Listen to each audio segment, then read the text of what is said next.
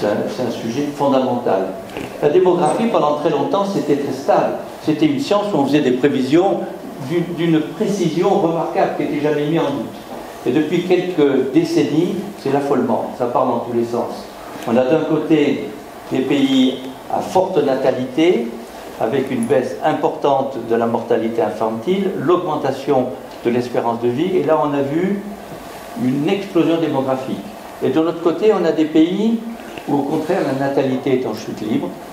Et alors vous imaginez que cet écart de plus en plus grand et abyssal va entraîner des problèmes économiques, de rapport de puissance, même au sein des pays, il va y avoir des perturbations au niveau de la vie sociale, les familles où il y a des enfants et plus de petits-enfants, des villages où il n'y a plus que des vieux, et la nature ayant horreur du vide, vous imaginez l'attrait que ça va entraîner pour l'immigration. Et parmi les problèmes encore à envisager, auxquels vous n'avez peut-être pas pensé, c'est un retentissement sur le réchauffement climatique. Voilà, donc le baby crack. Bruno Morin va nous expliquer tout ça en détail.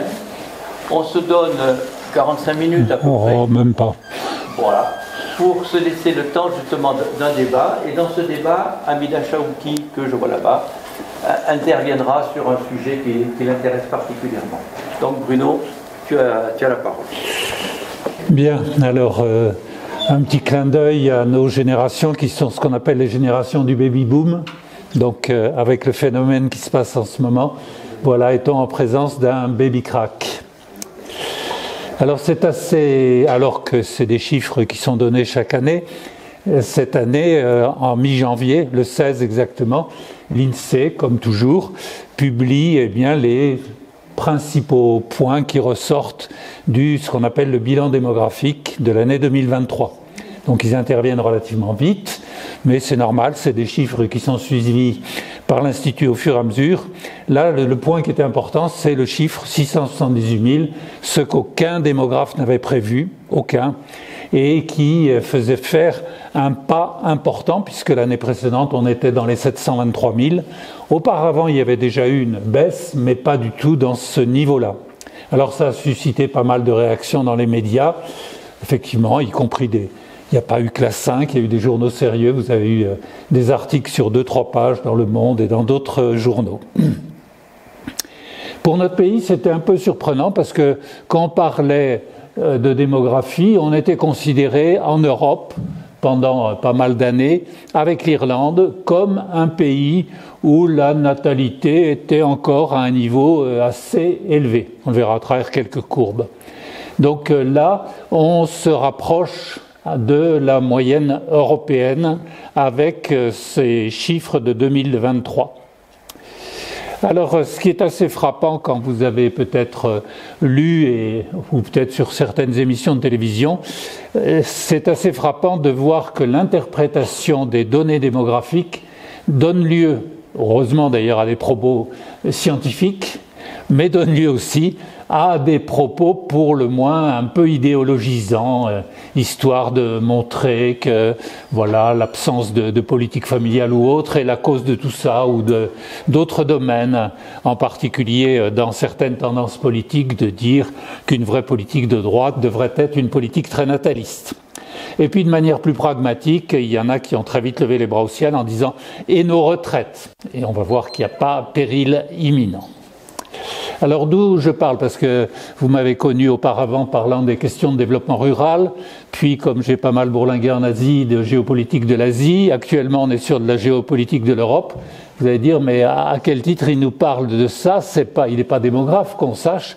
Alors c'est vrai, bon, dans mes études, j'ai un tout petit peu dans le cadre de cours d'économie à l'Institut d'études internationales ou à Sciences Po abordé ces questions-là, mais de manière très ramassée. Non, mon intérêt pour le sujet, c'est du fait que j'ai occupé pendant 2 années, ici dans le département de Hautes-Pyrénées, le mandat de président de la Caisse d'allocation familiale.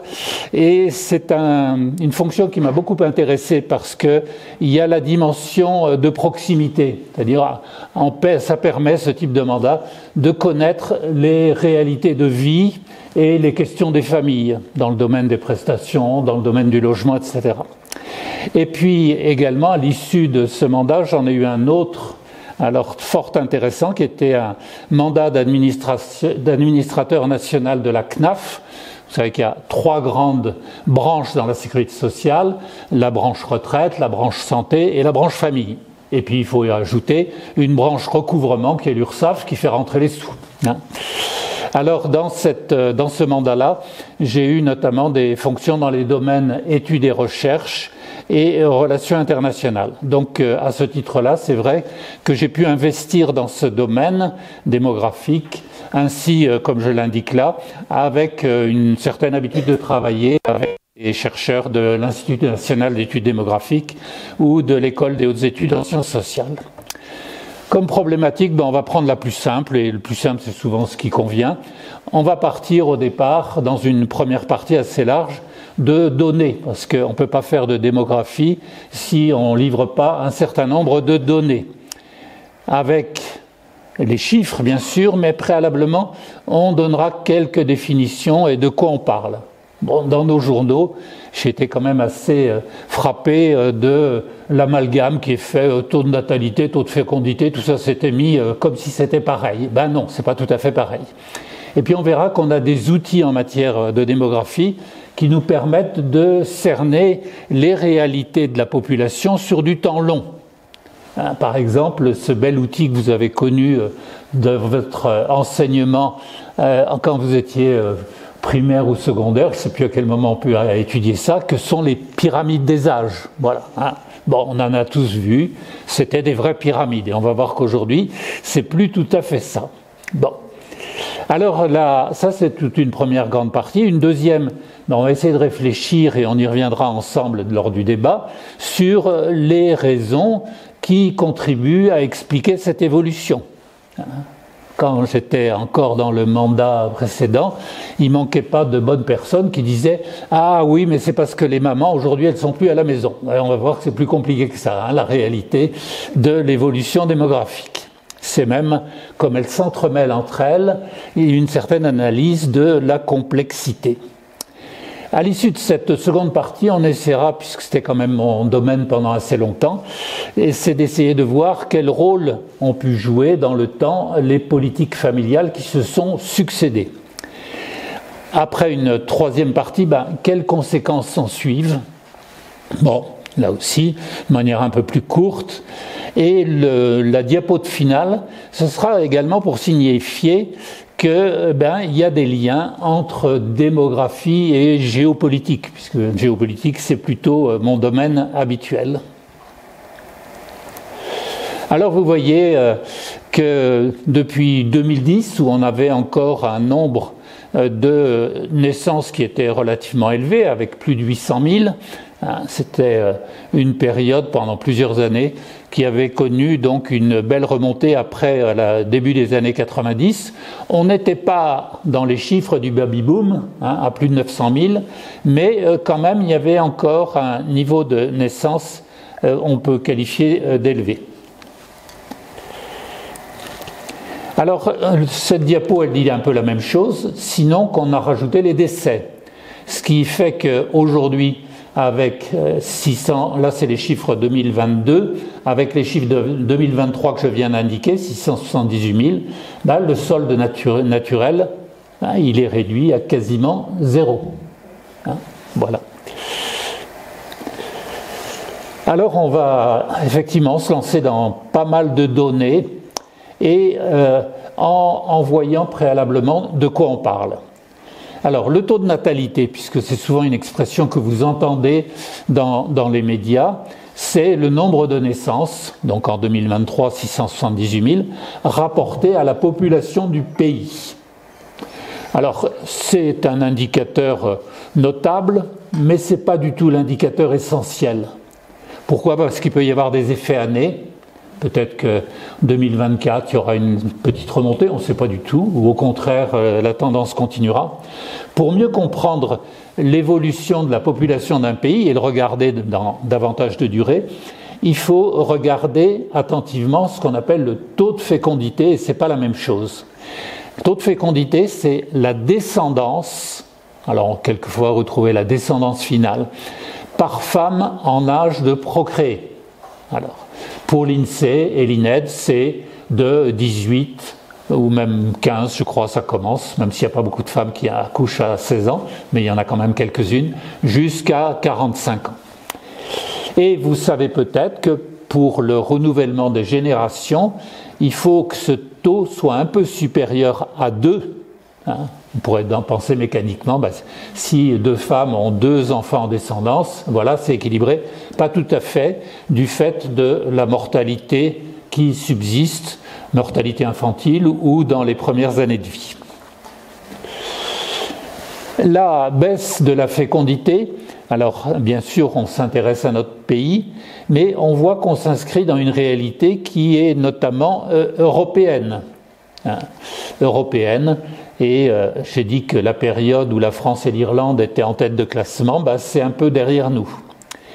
Alors la fécondité, elle diminue dans toutes les tranches d'âge, y compris chez les femmes de plus de 30 ans, ce qui est assez nouveau.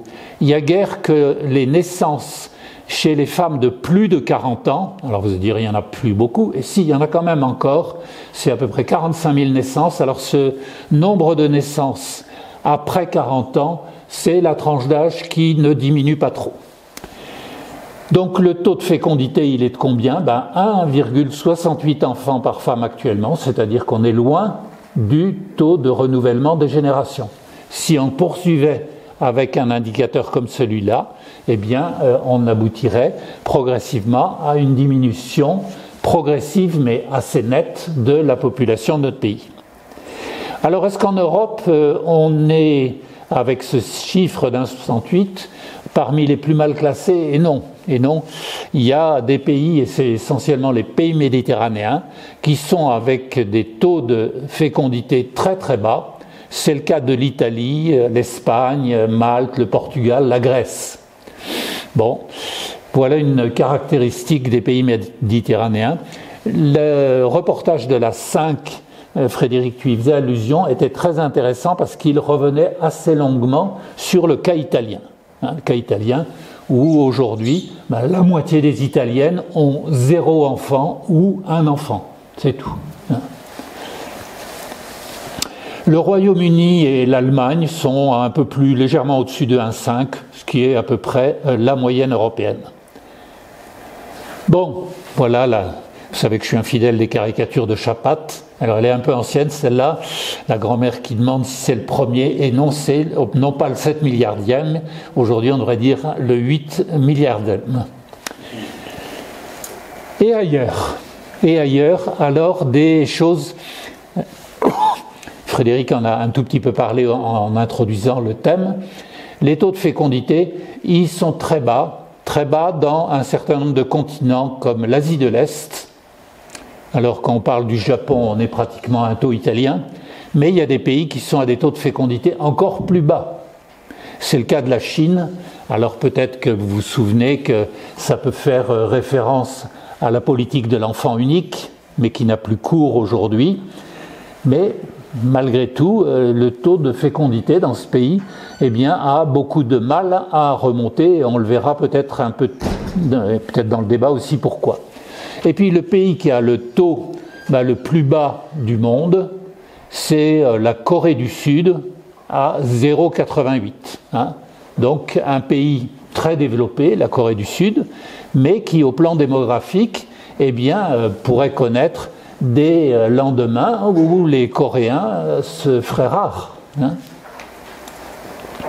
En Asie du Sud, le chiffre concerne essentiellement l'Inde qui est à 1,99, c'est-à-dire qu'on est très légèrement en dessous du seuil de renouvellement. Mais compte tenu de l'importance des classes d'âge jeunes, la population indienne va continuer à croître.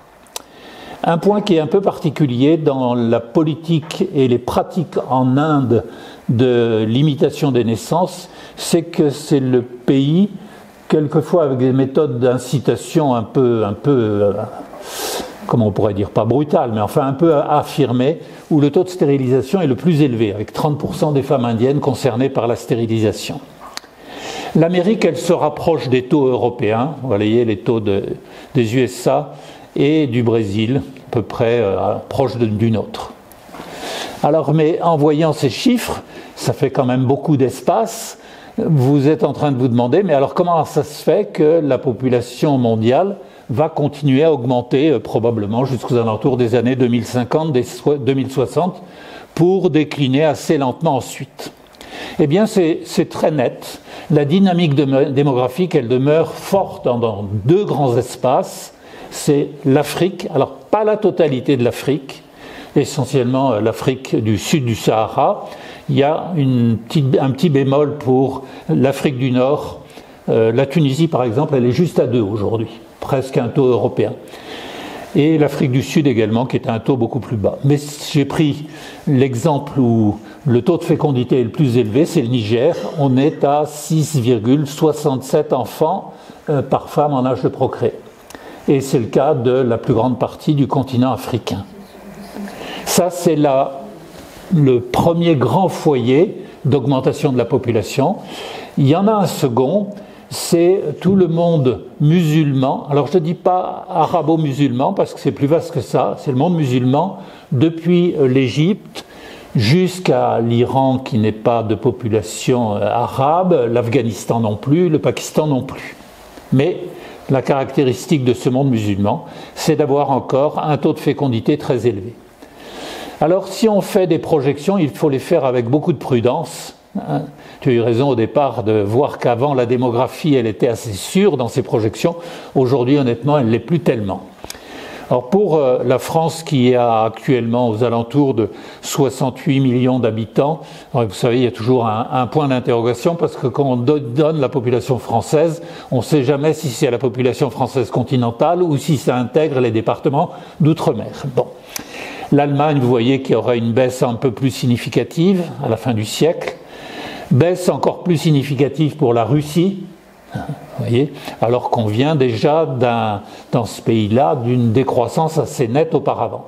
Et puis regardez bien les deux pays suivants, parce que c'est là où en termes de projection démographique, il y a évidemment quelque chose d'extrêmement net. Actuellement, ces deux pays qui ont en gros la même population, un peu plus d'1,4 milliard, l'un dépassait un petit peu devant, mais regardez à la fin du siècle, la population chinoise, ça serait à peine la moitié de la population indienne. À peine la moitié. Prudence, quand on regarde ces données, prudence. Et puis parmi les grands pays, j'ai marqué les États-Unis, dont la population continue à croître. Alors vous êtes peut-être en train de vous étonner en disant mais vous venez de montrer un taux de fécondité qui n'est pas si élevé que ça. Ça tient au fait qu'aux États-Unis, il y a un courant migratoire qui est assez fort. Avec des débats politiques que ça peut générer. Ce n'est pas le seul pays. Alors, pour avancer dans ces données, on faisait référence à nos bonnes pyramides des âges de notre enseignement secondaire, il y avait des échancrures, telles que les années de guerre, par exemple. Mais aujourd'hui, encore une fois, ce ne sont plus des pyramides, ce sont plutôt des tuyaux, et dans certains cas, des pyramides inversées. Alors, c'est intéressant cet outil parce que ça permet de visualiser des tendances lourdes. Alors, je prends deux exemples. Regardez la Russie à 145 millions et qui en serait peut-être à 112 millions à la fin du siècle. Regardez le rétrécissement très net de la base de la pyramide des âges. Et vous avez d'autres pays qui ressemblent presque à des tuyaux, un peu à l'image de ce que l'on voit ici. La Chine, qui perdrait la moitié de sa population, vous avez un outil sous les yeux qui vous permet de comprendre. Que les générations de moins de 50 ans, 55 ans, elles ont connu, ou moins de 45 ans plutôt, elles ont connu la politique de l'enfant unique. Pourquoi ? C'est des chiffres de 2019, aujourd'hui ce sera plutôt 50 que 45. Mais si vous regardez bien attentivement, il y a un autre phénomène qui est majeur. C'est que la politique de l'enfant unique, avec la progression de l'imagerie, qu'est-ce qui a fait les frais de cette politique de l'enfant unique ? C'est les filles. Et si vous regardez bien ce cumul jusqu'à 40 ans, ben vous avez pratiquement un déficit de filles et de femmes qui est autour de 45 à 50 millions de personnes, ce qui est considérable. Considérable et qui pose des problèmes sociétaux, c'est-à-dire qu'il y a un certain nombre d'hommes qui doivent désespérer, enfin on peut le penser. Bon, alors certains démographes ont dit on pourrait ressusciter la polyandrie. Bon, je ne suis pas très sûr que ce soit une bonne idée, mais enfin. Et puis également, il faut noter, alors ça c'est une phase beaucoup plus sombre, les trafics qu'il y a pour inciter les femmes du sud-est asiatique à venir s'installer en Chine, dans des systèmes qui sont plus mafieux qu'honnêtes. Bon, mais ça veut dire, si on regarde, il y a un effet mécanique, c'est-à-dire ce déficit de femmes, il pose un problème de nuptialité, mais il pose aussi un problème, c'est que ce seront des générations réduites qui vont arriver ici à être en âge de procréer. Donc effectivement, là, le chiffre qu'il faut prendre avec prudence de réduction de la population chinoise, ben, il est déjà pour partie inscrit ici. Alors, bon, j'espère que je ne vous ai pas trop fatigué la tête avec tous ces chiffres, mais bon, il faut savoir de quoi on parle. On va se pencher maintenant sur les questions, mais enfin, quelles raisons peuvent expliquer une baisse des naissances dans beaucoup de pays et pas simplement en Europe? Alors, elles sont nombreuses et elles se combinent entre elles, et on peut faire une liste qui ne sera pas complète, bien sûr, qui tiennent à des raisons physiologiques, on va les reprendre là dans un instant, des perceptions qu'ont les générations contemporaines quant à notre environnement, quand ça va un peu de pair quant à l'incertitude du futur. Il y a des causes économiques, il y a des causes sociales, il y a beaucoup de réserves quant à des politiques entendues comme natalistes.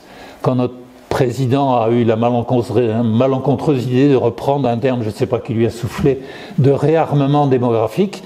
Évidemment, il y a beaucoup de dames, et à juste titre, qui ont dit, mais enfin, quoi il se mêle, hein, et puis le terme était particulièrement malheureux, on peut dire, pour un domaine qui relève de l'intime des couples et notamment des femmes.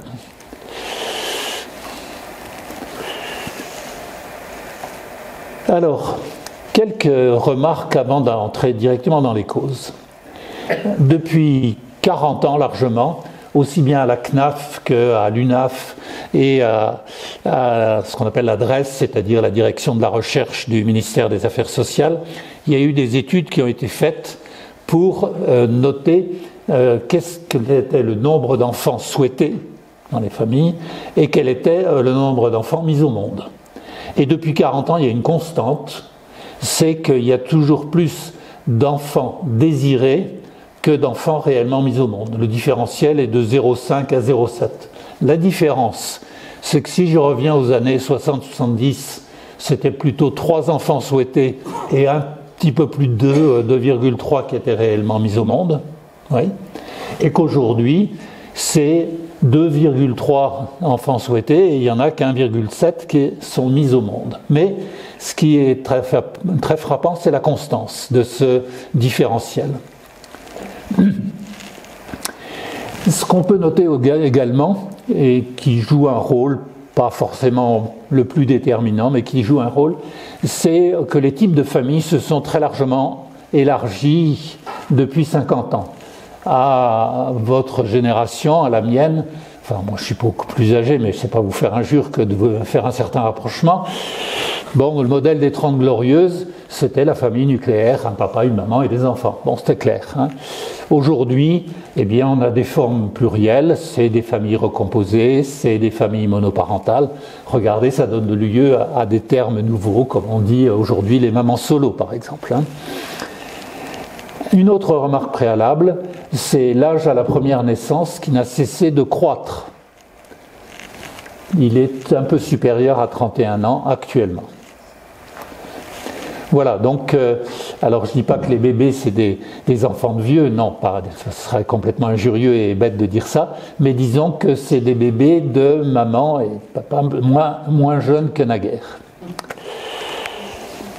Alors les aspects physiologiques, on va regarder et en se demandant s'il y a là une des causes de la baisse du nombre de naissances.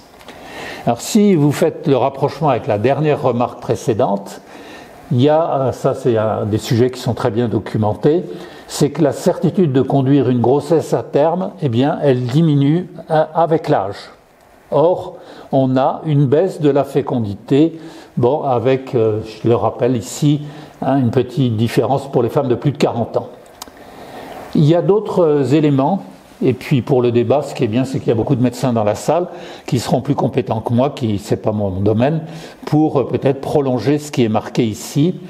Il semble qu'il y ait une relation avec deux éléments, le surpoids, c'est-à-dire l'obésité chez les filles, et l'anorexie, qui est une autre forme. Bon, là, si vous avez de lait, par exemple, sur le site qui est plutôt bien fait de la Sécurité sociale, qui s'appelle Amélie, il y a plus de détails qui sont marqués sur ce domaine-là. Il y a les perturbateurs endocriniens, on en parle de plus en plus, qui altèrent la production de certaines hormones. Et puis, ce n'est pas uniquement masculin, le phénomène du tabagisme concerne également les femmes. Alors vous allez dire, est-ce que c'est que là qu'il faut regarder? Et non, il y a une baisse de la fertilité chez les hommes. Et la fertilité, là aussi, on voit qu'elle diminue avec l'âge. Bon, alors, ce n'est pas la seule raison, l'âge, mais il y a quand même, là encore, des études assez bien documentées qui montrent le lien diminution de la fertilité, augmentation de l'âge.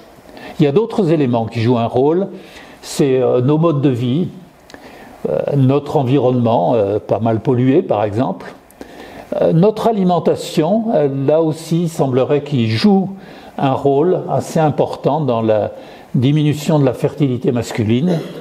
Et puis il y a le tabac, comme pour chez les femmes, et le cannabis. Alors là, il n'y a pas encore des multitudes d'études, mais il y en a qui sont déjà apparues sur ce thème-là, pas que chez nous en France, mais dans d'autres pays. Après les raisons physiologiques, voyons d'autres formes et d'autres types de raisons qui sont assez multiformes dans notre société.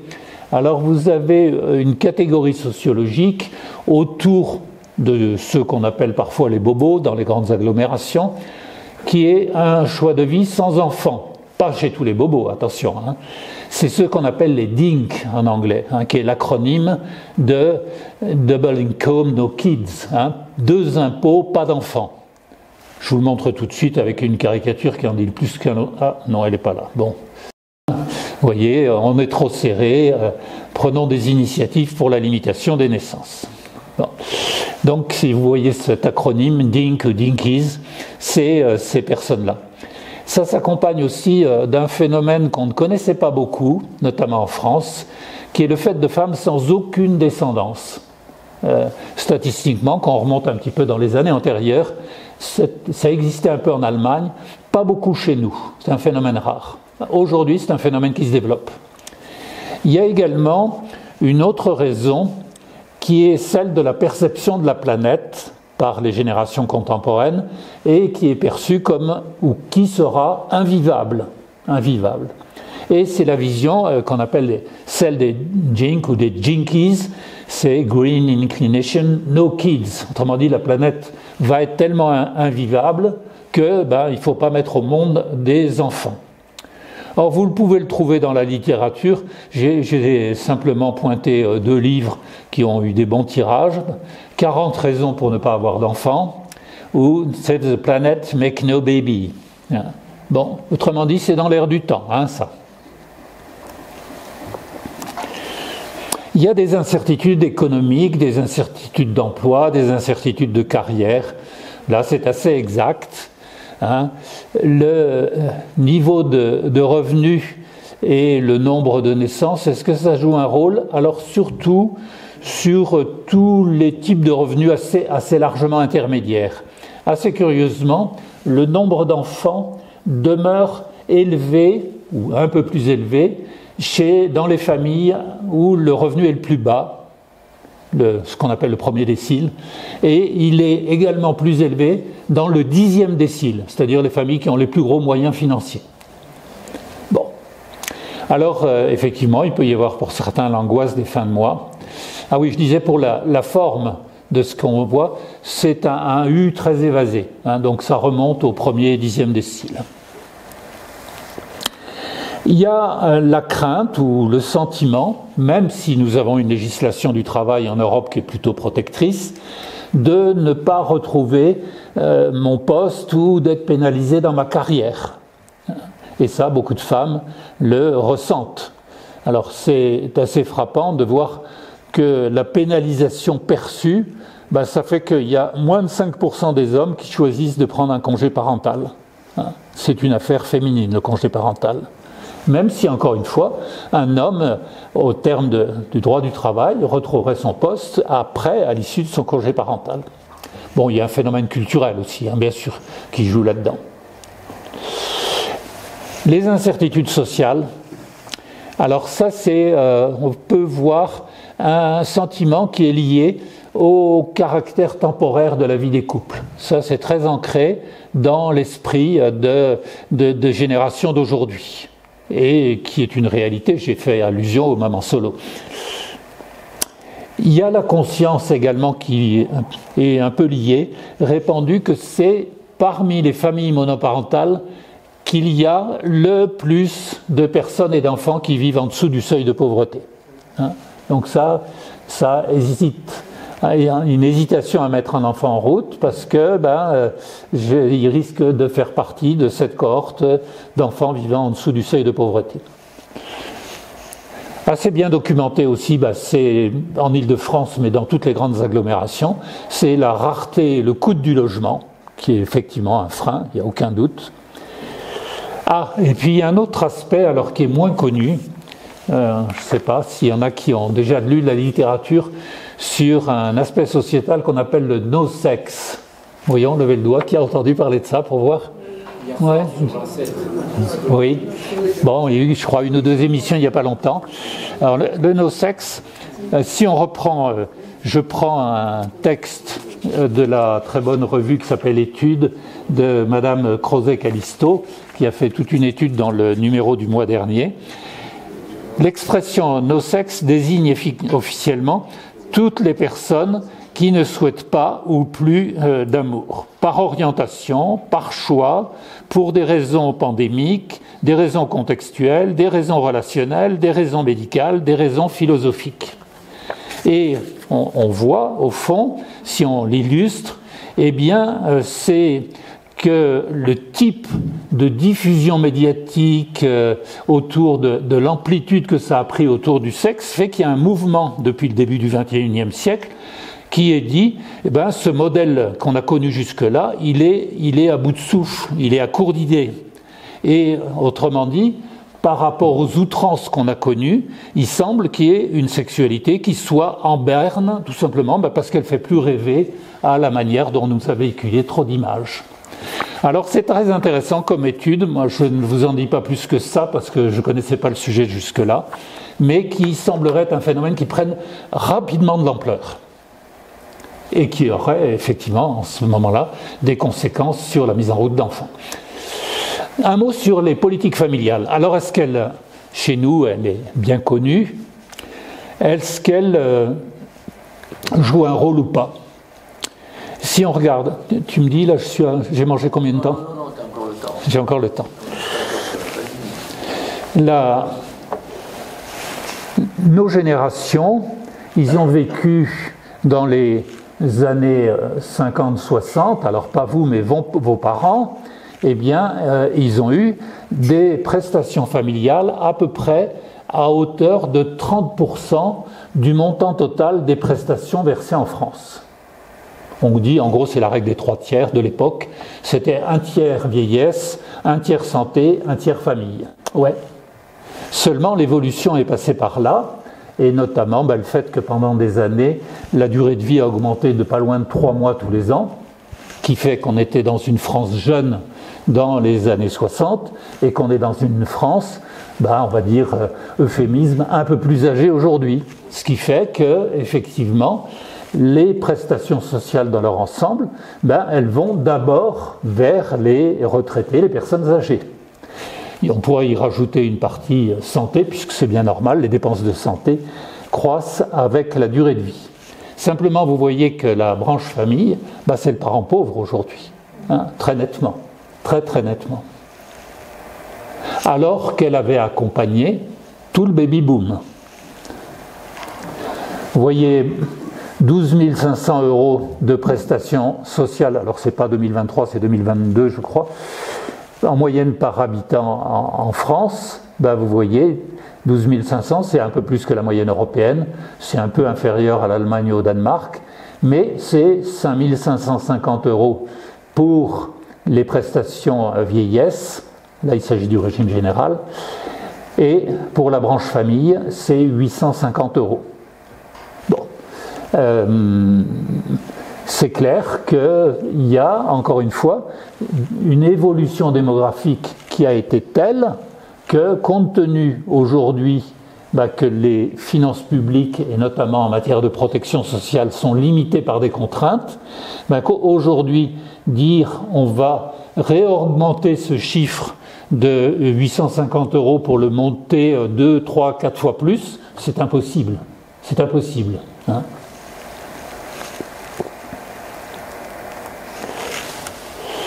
Alors, ceci étant, la politique familiale, elle a joué un rôle dans le nombre des naissances.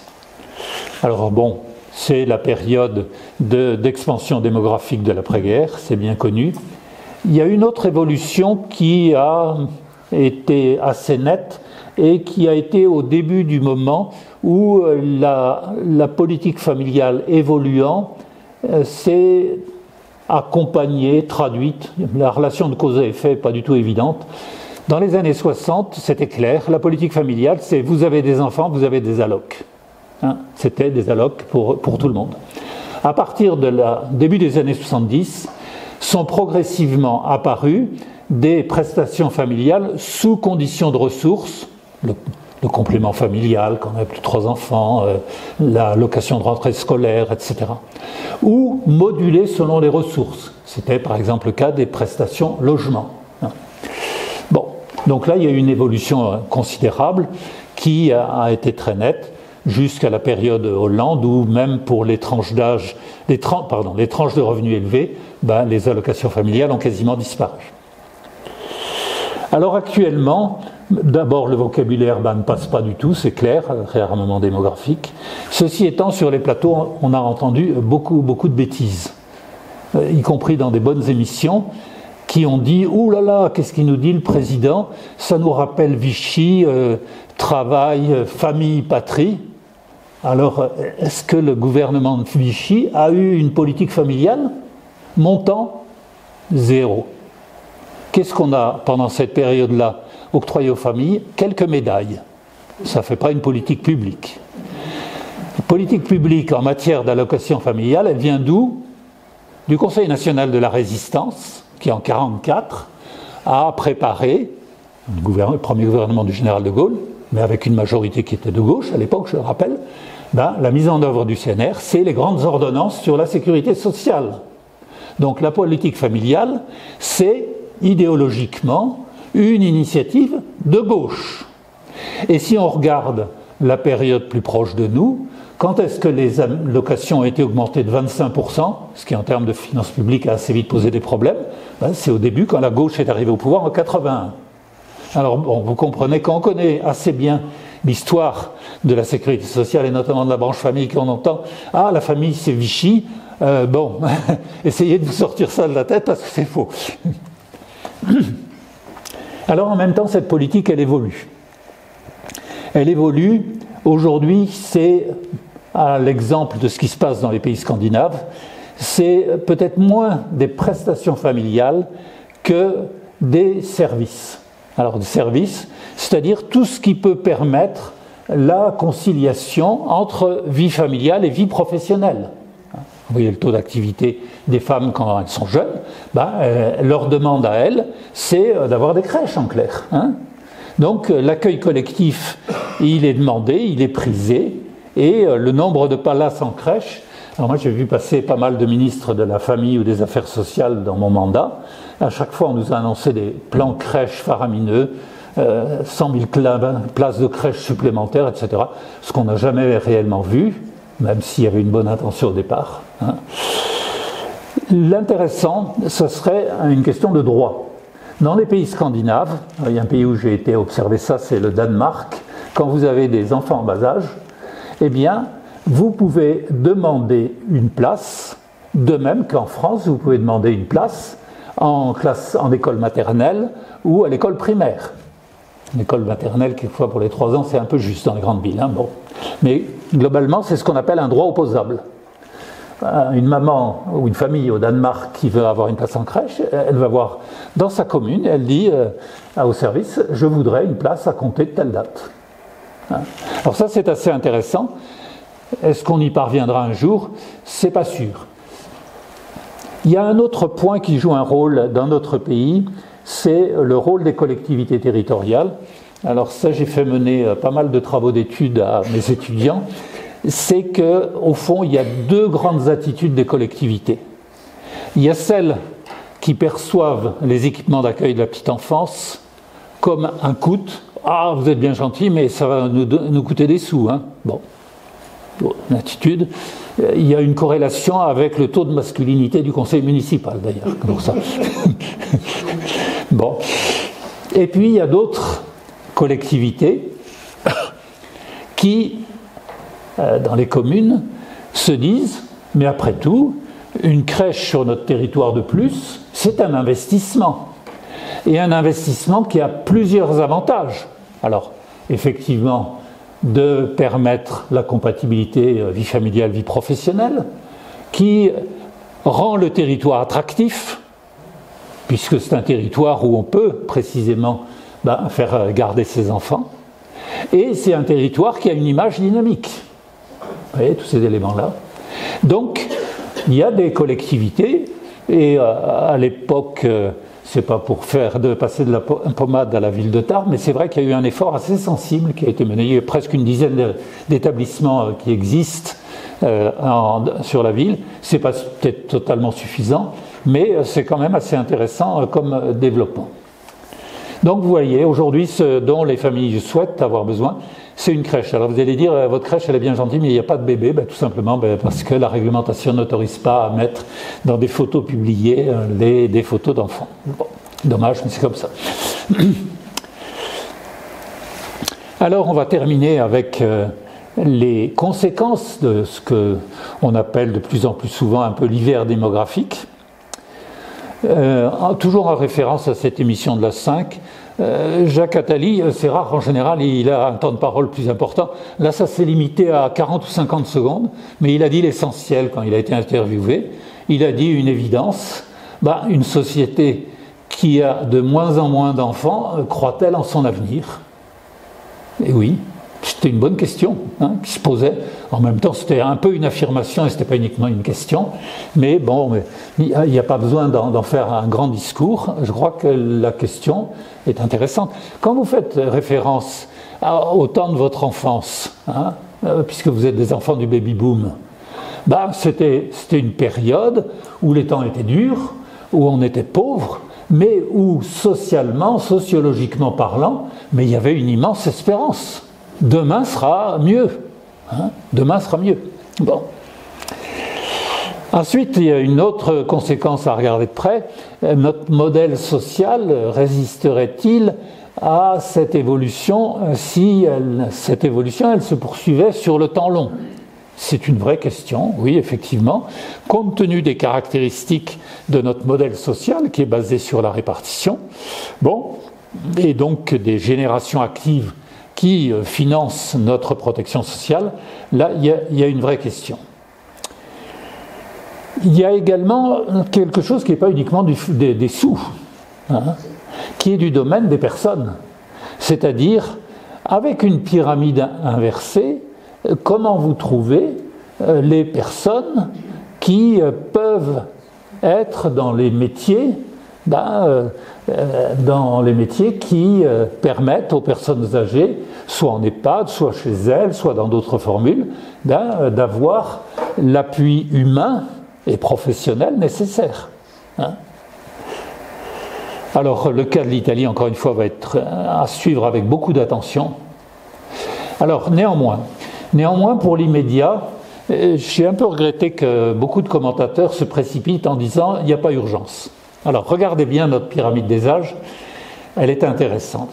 C'est-à-dire, les générations nombreuses du baby-boom, voilà, en gros, entre 60 ans, on va dire, en gros, et 77, 78 ans, aussi bien hommes que femmes, sinon que les femmes vieillissent plus longtemps que nous, hein, bien sûr, presque 6 ans de différentiel. Bon, là, on n'a pas un souci trop majeur, tout simplement. Pourquoi ? Ben parce que les années, vous vous souvenez peut-être de nombre de naissances dans les années autour de 2010, qui étaient nettement supérieures à 800 000, elles sont là. Donc, autrement dit, le taux d'activité des 10-24 ans, donc qui sera en activité plus tard, eh bien, ça va permettre à peu près de passer le cap. Par contre, dans 30-40 ans, là, je ne vois pas de solution au regard de la démographie. On va commencer par la linéa du bas. Ben, une classe d'âge de 650 000 vers laquelle on se dirigerait, en termes de vie économique de la nation, ce n'est pas une classe d'âge de 850 000.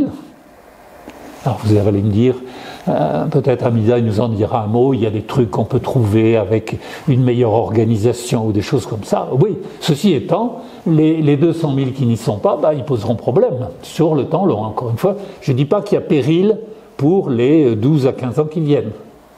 Alors peut-être les plus âgés comme moi qui ont les cheveux très très blancs, on se dit, bon, on n'y sera pas forcément, mais vous qui êtes plus jeunes, déjà, vous peut-être vous posez des questions. Bon.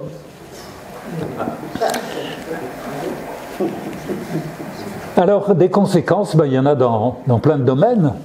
Les équipements qui ont été mis en place, qui sont la plupart du temps des équipements publics, ben, des écoles maternelles, des crèches, des maternités, ben, quand une classe d'âge est aussi nettement moindre que les classes d'âge précédentes, ben, qu'est-ce que, éventuellement, la question. Alors, il y a Jeanne Larocque qu'on peut récupérer pour l'UTL, c'est très très bien, mais la vocation première d'une école maternelle, c'est d'accueillir des enfants quand même.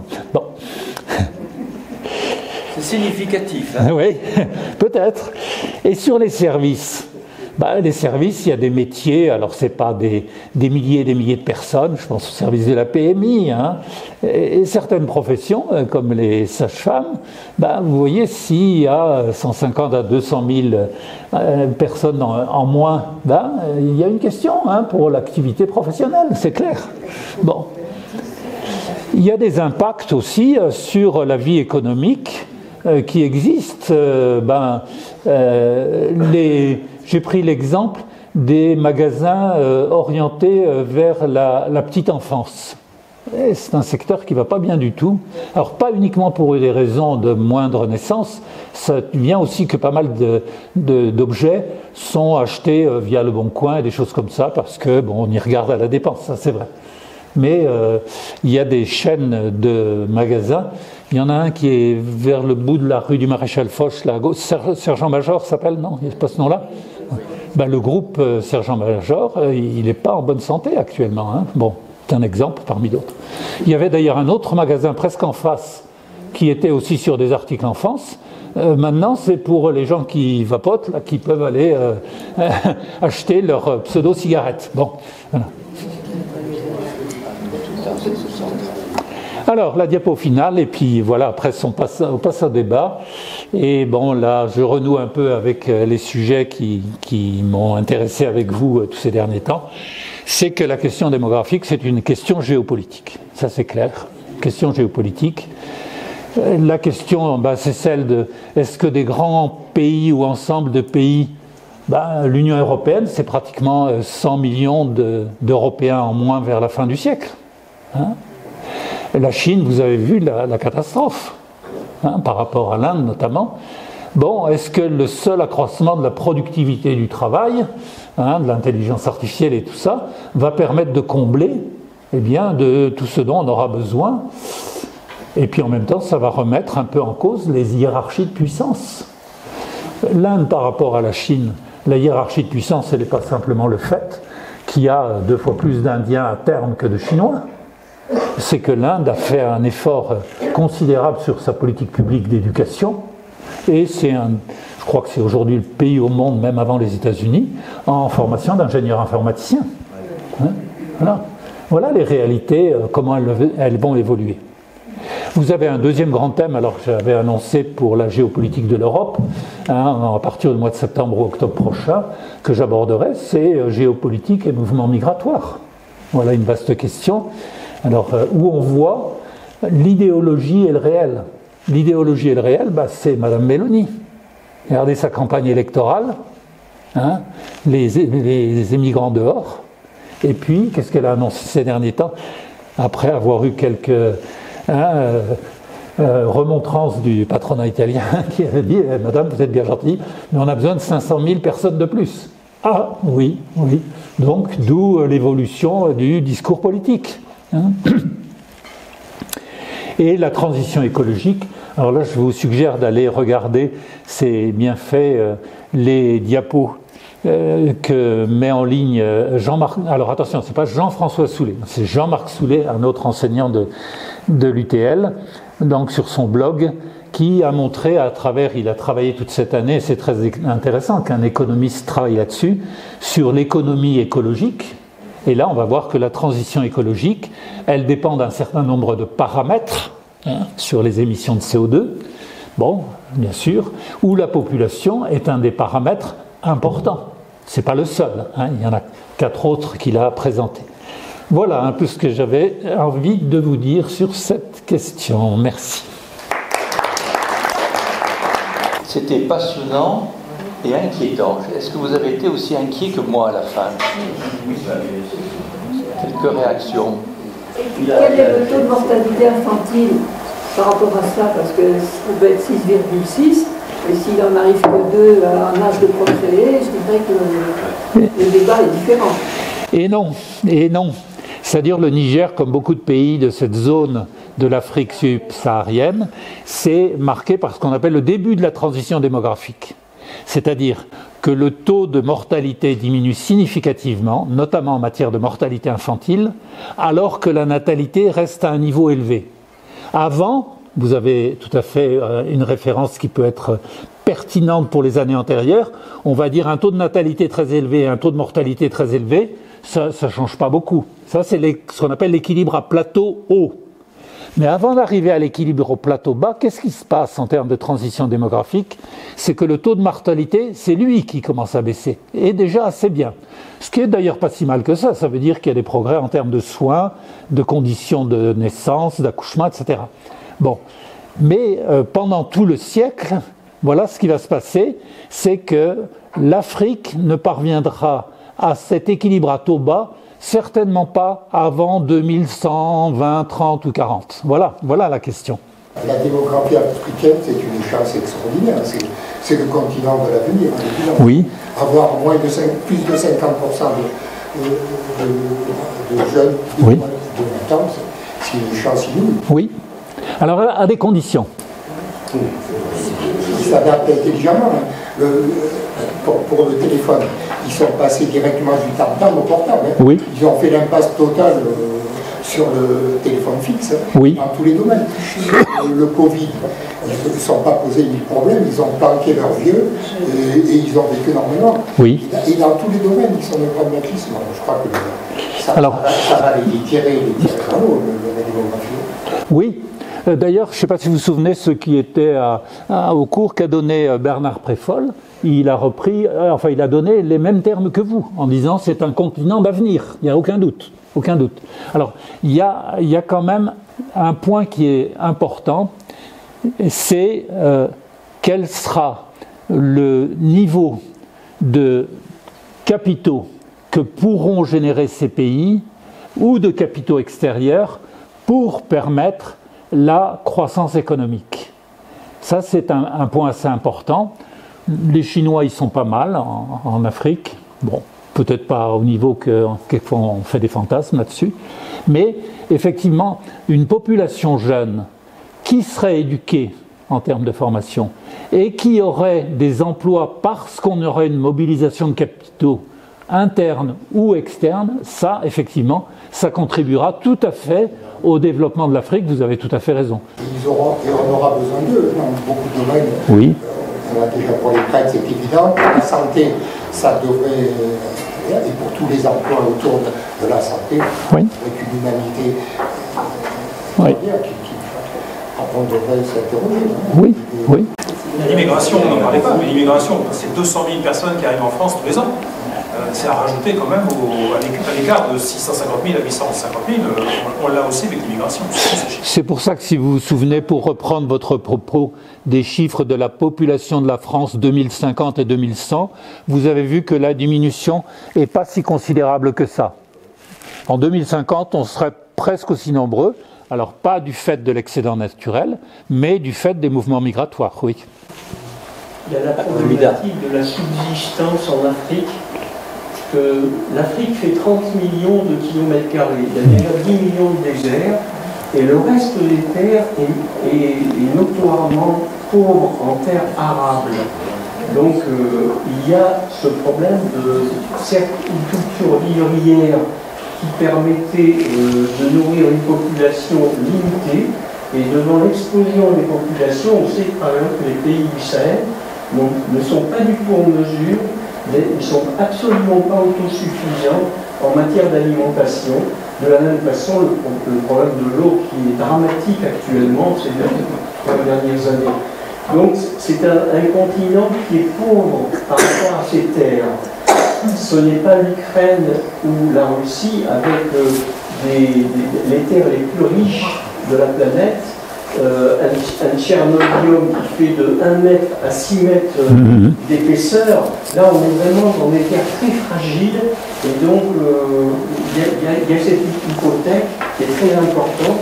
Actuellement, les bateaux russes livrent au niveau du Cameroun pour la Centrafrique des céréales, pratiquement gratuitement, dans la mesure où ils veulent effectivement diffuser leur autorité, leur magistère, leur pouvoir militaire et leur pouvoir, mais néanmoins, c'est aussi, si vous voulez, même au niveau de la subsistance, il y a une grande hypothèse. Et on se rapproche effectivement d'une population de 2 milliards d'êtres humains qui restent encore dans des régimes démographiques très élevés. Oui, la question de l'alimentation, Amida, tu as tout à fait raison, est tout à fait cruciale. Alors, il y a ce qui est bien, d'ailleurs, tu as cité des pays de la zone sahélienne où les terres, effectivement, ne sont pas les meilleures d'Afrique. Ce qu'il faut, c'est avoir une photographie un peu diversifiée, qu'on ne peut pas parler de l'Afrique comme d'une seule entité. Les 2 pays qui auront le plus d'habitants en 2100, ça sera le Nigeria et la République démocratique du Congo, autour de 500 millions d'habitants. C'est des pays qui, en termes de terres arables et surtout, ce qui est important, de pluviométrie, sont plutôt assez bien lotis, à part tout à fait au nord de la Nigeria, dans la région de Kano, mais pour l'ensemble, donc, on a des situations assez diverses. Il y a d'autres paramètres qu'il faut aussi absolument regarder, c'est que jusque-là, on a fonctionné avec un système de recherche agronomique qui a été un système dans des conditions optimales de sol, de pluviométrie, d'assainissement, d'intrants qu'on peut mobiliser, etc. Le futur de la recherche agronomique, il n'est pas là. Il est comment fait-on dans des conditions de difficultés physiques des sols, de difficultés climatiques, comment on peut faire un sorgho ou avec tous ces paramètres contraignants. Et c'est là où il y a probablement des choses qui peuvent être assez porteuses pour l'Afrique, quelle que soit la difficulté qui est réelle, tu as tout à fait raison, tout à fait réelle en termes de climatologie. Bon, après il y aura des courants, mais il faut être assez prudent de la circulation des céréales, enfin c'est un domaine que tu connais très bien puisque tu avais fait un exposé là-dessus, et effectivement, de voir que l'Afrique, pendant pas mal d'années, sera une destination pour pas mal de céréales qui viennent d'Europe et globalement d'Europe et d'Amérique du Nord pour faire simple. Mais c'est une vraie question. Au niveau de l'immigration, dans ta diapo, tu as montré qu'aux États-Unis, ils allaient compenser par l'immigration une partie de leur déficit, et tu n'as pas le même raisonnement pour l'Europe. Alors qu'on a Trump qui va faire des murs. Oui, des murs un peu poreux. Non, tout simplement parce que si on regarde la diminution de population dans les pays européens, elle va exister, mais on l'a vu pour la France, on baisserait de 65 à 61. C'est pas du tout dans les proportions extrêmement élevées. Et donc, dans ce phénomène, il y a effectivement du mouvement migratoire. Alors qu'il n'y aura peut-être pas l'ampleur du mouvement des latinos envers les États-Unis. Encore qu'aujourd'hui, il faut y regarder de près. Parce que quand on regarde les États d'accueil, bon, le premier État d'accueil aux États-Unis, c'est la Californie, et de loin. Qu'est-ce qui arrive en Californie? C'est pas uniquement des latinos, c'est de plus en plus des Asiatiques. Et des Asiatiques qui s'intègrent plus que bien. Quand vous regardez le personnel des grandes entreprises de la Silicon Valley, les plus performantes, les patrons, ils sont californiens, mais les ingénieurs, ils sont indiens, ils sont vietnamiens, ils sont etc. Donc, il y a un courant qui est très fort aussi de ce côté-là. Et là, les Américains qui savent bien ce que c'est que les affaires, ils imposeront via le Congrès qu'on laisse venir les ressources humaines dont on a besoin. Enfin, il ne faut pas se faire d'illusions. C'est des gens pragmatiques. Alors, on laissera à M. Trump son idéologie pour dire on va faire quelques kilomètres de murs un peu plus vers le Mexique, mais globalement, ça ne freinera rien du tout. Rien du tout. Pardon, je dis des choses un peu catégoriques, mais enfin, je crois que ça ne fera rien du tout. Mais les flux migratoires avec les réchauffements climatiques vont être certainement beaucoup plus importants que ce qu'on en appréhende aujourd'hui. Oui, bien sûr. Vous avez complètement raison. Complètement raison, parce que les grands foyers de population, on peut penser à des États comme ceux du Bihar, par exemple en Inde, quand il fera sur 2 mois de l'année 50 degrés, c'est clair, on ne peut pas vivre. Le corps humain, même s'il a des capacités d'adaptation, en l'espace d'1 ou 2 générations, il ne pourra pas s'adapter à ça. Donc il y aura des mouvements migratoires climatiques. Et pour l'Afrique, pour une grande partie de l'Afrique, eh bien, en particulier l'Afrique des savanes, pas l'Afrique forestière, mais l'Afrique des savanes, il y aura des phénomènes tout à fait similaires, oui. Faisant les projections, là où il y aura le plus de régions impossibles à vivre, c'est toute la partie Indonésie, sud-est asiatique. Oui. Et là, c'est pas des petites populations, c'est très important. Alors, oui et non. J'aime bien toujours commencer par un oui. Oui, parce qu'il y a encore des bassins de population qui vont croître, en particulier en Indonésie, qui est le pays le plus peuplé du sud-est asiatique. Et qui a un taux de fécondité qui a beaucoup baissé, mais il faut se souvenir que c'est quand même un pays musulman. Donc on n'est pas à 2 encore, loin s'en faut. Donc il y aura encore pas mal de population. Le point qui est important, c'est que si ils font pas n'importe quoi de leur territoire, à Java, à Sumatra et à Bornéo, qui sont les principaux territoires de l'Indonésie, c'est quand même avec un couvert végétal qui ne favorise pas les extrêmes de température comme dans les zones toutes sèches. L'arbre joue un rôle pour tempérer les températures.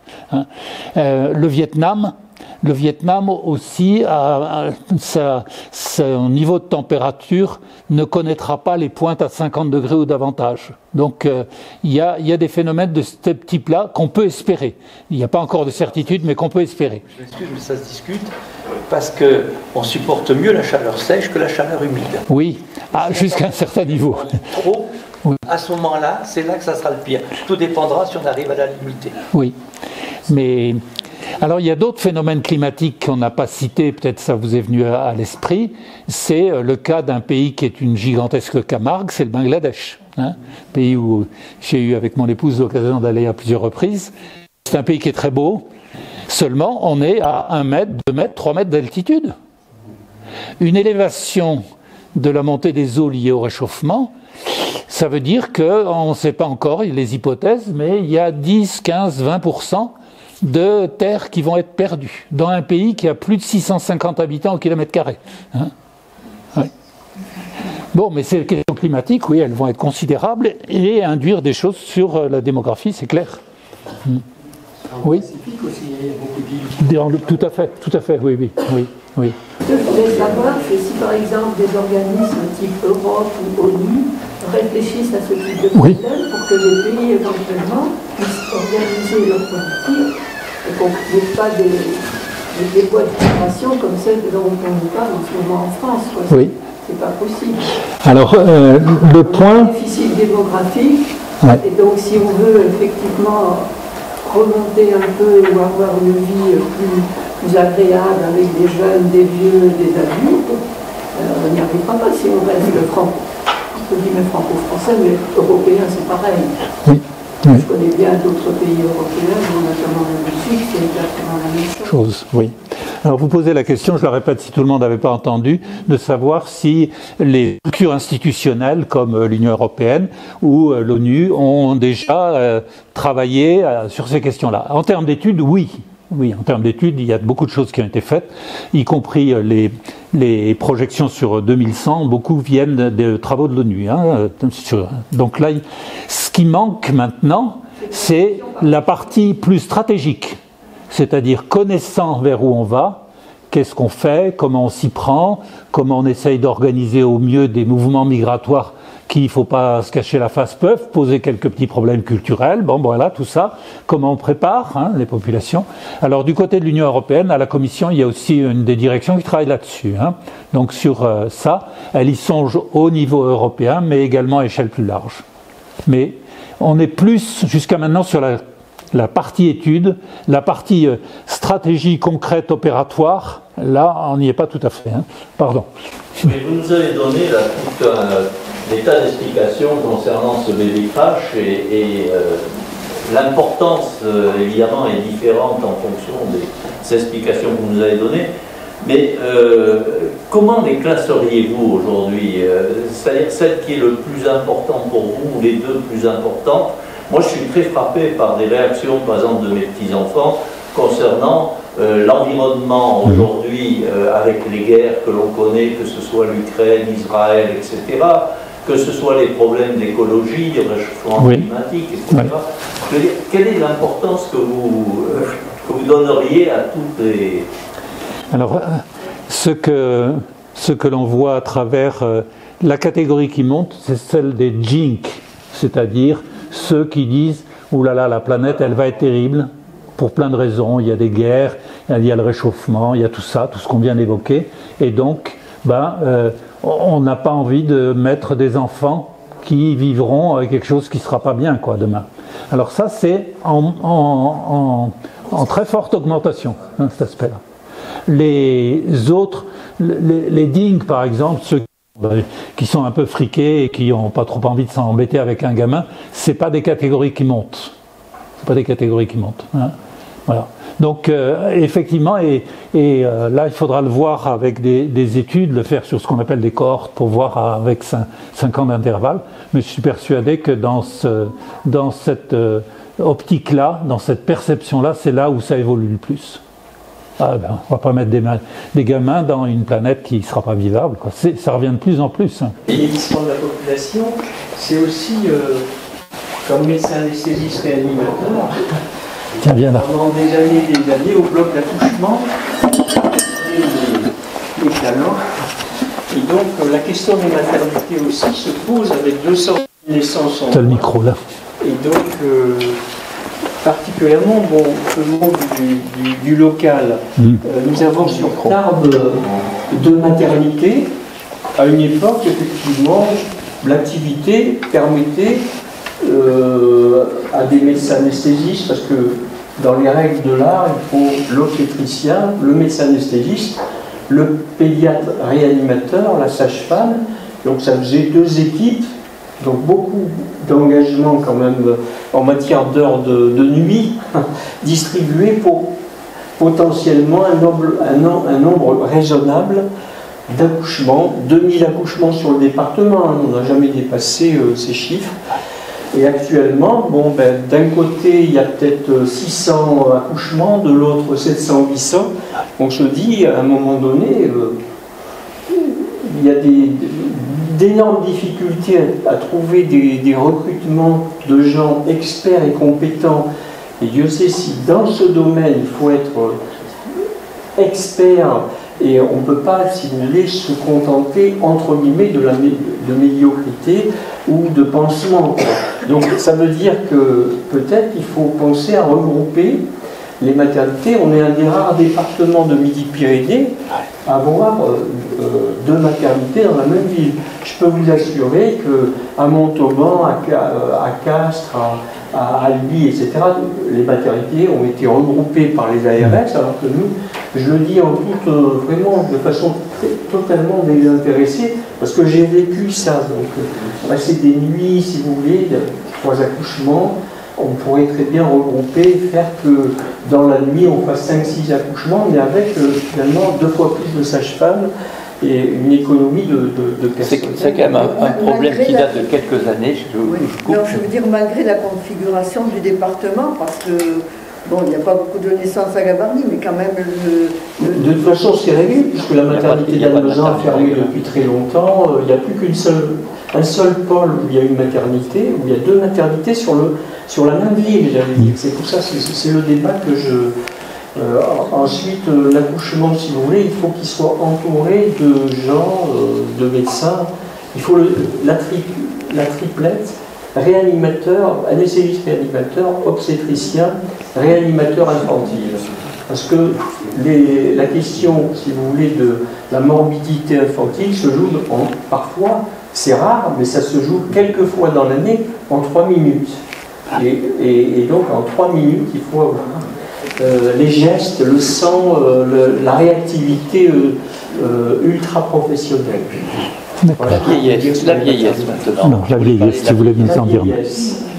Oui, alors là, c'est ma fonction actuelle de directeur médical du réseau Jussieu Secours Keolis Santé, un réseau de 5000 salariés et engagés dans l'ambulance, dans le transport sanitaire. Sur les 40 millions de transports sanitaires que nous faisons en France, avec ce réseau, on en fait 5 millions.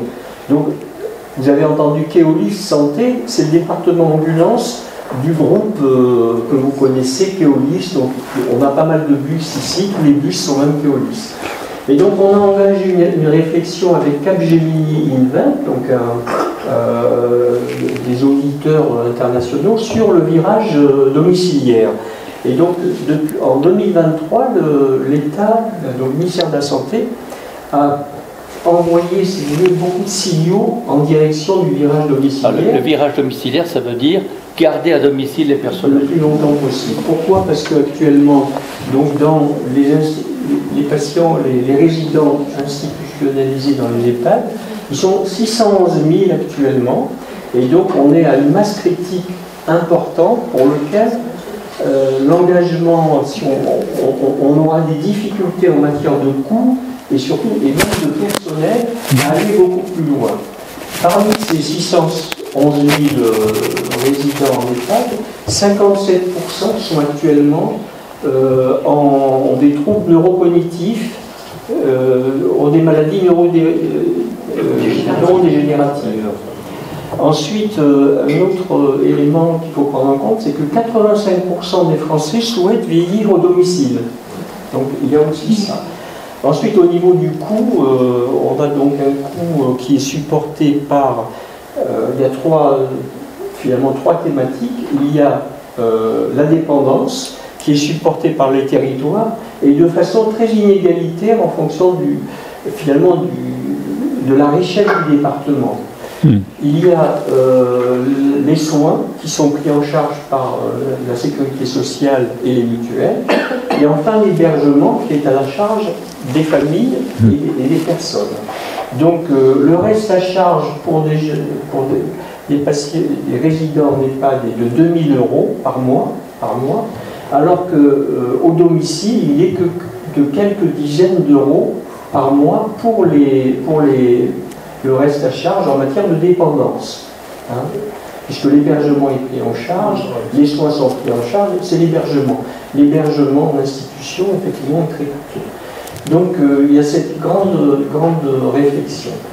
4 thématiques en matière de virage domiciliaire: l'hébergement, l'aide et l'accompagnement, les soins et la présence sociale.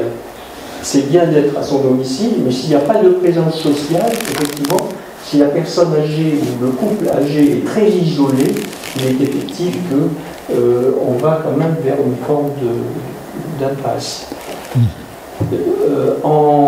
Lors d'une réunion en décembre, on avait un cardio-gériatre qui a fait partie de la réflexion. Il nous a dit donc l'institutionnalisation d'une personne âgée, c'est un traumatisme psychologique énorme. Quelqu'un, voilà, énorme. Voilà. Donc là aussi, il faut prendre en compte le bonheur que ça peut être de rester à son domicile. Et donc voilà, c'est pour ça qu'on travaille actuellement sur le logement dans la composante aménagement, et avec la possibilité aussi de détecter les chutes, donc téléalarme, etc. Et en préalable, bien sûr, il y a le diagnostic de fragilité. Le diagnostic de fragilité que Frédéric connaît bien, il y a un certain nombre d'éléments. On en a parlé à l'UTL, c'est ICOP. On a des questionnaires comme le Q5D, alors là c'est sous la casquette de directeur médical de Satellia, une start-up qu'on a mis en place en 2017 à Bordeaux, sur la télésurveillance médicale, cette fois-ci médicale. Ça fait partie d'une composante du maintien à domicile, donc et particulièrement ciblée vers les maladies respiratoires, vers l'insuffisance cardiaque, vers le diabète. Et là, on développe un algorithme sur l'oncologie. Ça permet, disons, de détecter les décompensations cardiaques avant qu'on soit au stade de l'hospitalisation. Donc c'est un élément supplémentaire qui pourra assurer le maintien à domicile, et c'est pris en charge par l'assurance maladie. Donc d'un point de vue très pratique, tu es en train de nous expliquer qu'il va falloir développer le maintien à domicile, que dans ce maintien à domicile, la télémédecine jouera un rôle, mais il faudra beaucoup de personnel. Hein. Il faut insister là-dessus. Et donc c'est avec la digitalisation entre les professionnels de santé, avec mise à disposition de ces professionnels de santé par la plateforme régionale qui s'appelle SPICO, on permet de créer un cercle de soins et qui va même au-delà des professionnels de santé, puisqu'on peut intégrer dans cette messagerie les assistantes sociales, le mandataire judiciaire, et donc l'aide-soignant qui est au domicile et qui voit qu'il y a quelque chose qui ne va pas, il peut envoyer un message instantané au médecin, à l'assistance sociale, au mandataire judiciaire, etc. Et donc, ça permet de créer des boucles, finalement, WhatsApp, hein, tout simplement, mais sécurisées, etc. Bien sûr, RGPD, sécurisées au niveau des données de santé, afin de mettre en relation l'ensemble des... C'est un petit peu ce que, avec Satellia, donc cette start-up, on a essayé de mettre en place afin par la digitalisation, mais aussi en créant une plateforme d'appel avec 50 infirmières, de pouvoir communiquer aussi avec les Est-ce qu'il y a des questions là-dessus? Oui. Sur ce que vient de demander. Qui croit que cette digitalisation poussée va augmenter l'utilisation de... Oui, je l'ai dit. Alors justement, la réponse que j'ai eue il y a donc 6 ans, c'est de créer une plateforme d'appel avec des infirmières en ciblant les patients qui sont électroniques, c'est évident. Et c'est comme ça que, comme directeur médical, un jour, j'appelle un patient âgé qui était en alerte rouge, donc début de décompensation cardiaque, et je lui pose quelques questions, vous arrivez à vous nourrir, etc. Il me dit, mais j'ai mon épouse qui a les 2 mains brûlées. Et pansement, il était en soins, je dis donc, et lui il n'arrivait plus à s'alimenter. J'ai appelé le CCRS, j'ai appelé l'assistance sociale et j'ai déclenché effectivement le portage des repas au domicile. C'est que l'humain, ça demande aussi de coordonner par le digital la présence humaine. Mais la présence humaine, elle se fait. C'est-à-dire qu'il y a l'infirmière libérale, il y a l'auxiliaire de vie, il y a l'ambulancier qui vient transporter le patient pour ses consultations, et il y a aussi, et il faut savoir le mettre en place, des plateformes d'appel. Et là, c'est 50 infirmières, et c'est ce qui a fait le succès de cette année, que de start-up, on est passé... Il faudra libérer les filles dans 5-6 minutes. On est parti de zéro, et on est maintenant valorisé 60 millions d'euros. Donc c'est un vrai problème. On pourrait quand même rajouter qu'en prévention de la fragilité, le fait d'aller à l'UTL, c'est un excellent moyen de ne pas sombrer dans la dépendance. Mais je le dis, c'est sans trop plaisanter. Hein. Bien sûr. On en est tous convaincus ici. Bien, d'autres questions sur le sujet général, parce qu'il nous reste 5 minutes avant de devoir laisser la salle. Oui. J'avais une remarque sur le chiffre de M. Morin. Tout à l'heure, vous parlez de 5% des jeunes papas qui prennent leur congé parental.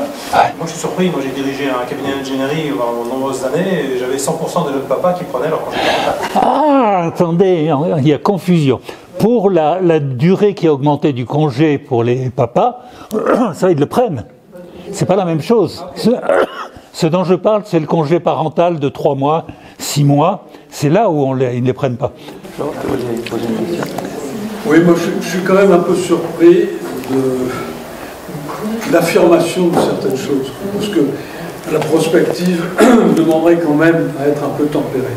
Et puis, rien que le titre, déjà, le crash, le baby crash, ça m'ennuie parce que je ne suis pas sûr que le fait de la baisse de la natalité globale, enfin du moins de sa modération, soit pas une des solutions et non pas un problème à notre planète. Donc on part sur un espèce d'acquis comme ce serait une catastrophe économique de ne plus avoir d'enfants.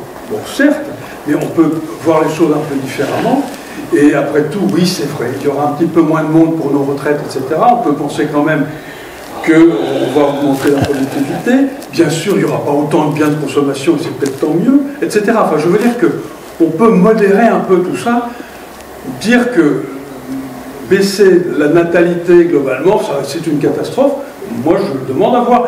Je pense que les jeunes n'ont pas tout à fait tort quand ils ont une vision de la planète qui n'est pas excellente et que peut-être que c'est une des solutions, c'est de modérer la natalité.